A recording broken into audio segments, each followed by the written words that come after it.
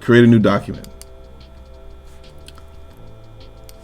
In this new document panel, we're going to make sure that the width is 11 inches.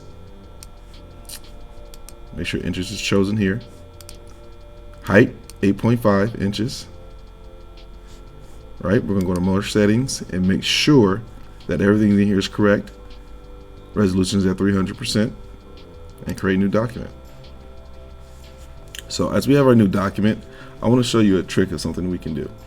So as I'm using my keyboard is going to allow me to be able to choose certain commands. So I want to choose the Option or an Alt, and some of you guys, you're going to choose that, and on your mouse you're going to scroll up and scroll down, scroll up and scroll down. You get that to the right, to the left, and you get that such, right?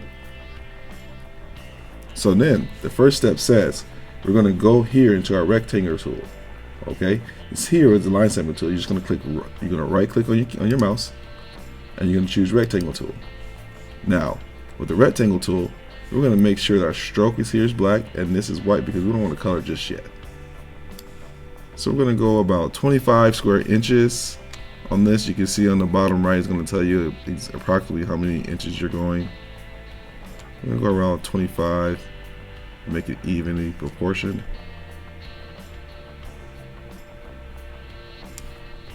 Right.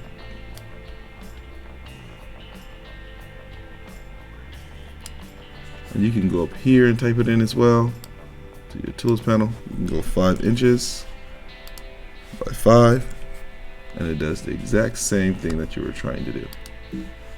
Right? Move it up here with your selection tool. Then the direction says we're going to go to the ellipse tool. Right click there again, and we're going to draw half of the 25 square inches, which is approximately 2.5. We can draw it there. We can go back here and make the 2.5. 2.5. Push enter, and there goes your square. Go to your selection tool again. Drag your selection tool. You can see how you can center it. It'll tell you where the center is at. It actually explains center there. And then the last step, it tells me to grab the line tool, which is here again, line segment tool, and draw 2 perpendicular lines going through the symbols.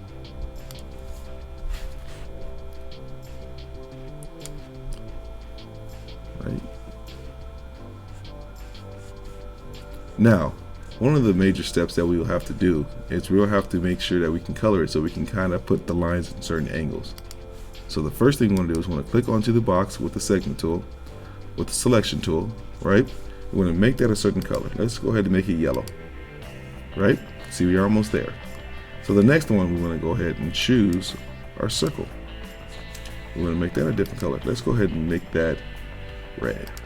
Now you notice that the lines are going through in a perpendicular angle, but I want those lines to be behind everything else. So what I'll do is I'll either click the line here, right click, arrange, and make it go backwards. I'll also do it on this line as well. Right click, arrange, send backwards. And there you go, your envelope.